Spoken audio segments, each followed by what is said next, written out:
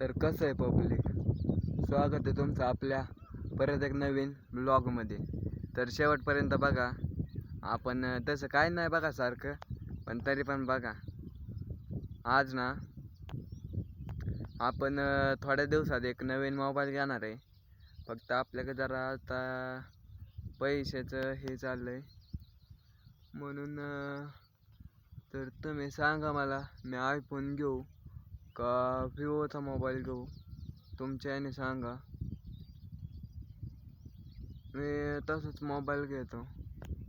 Camera quality कोणत्या मोबाईलची चांगली आहे ते पण सांगा, तसं मला मोबाईल घ्यायला.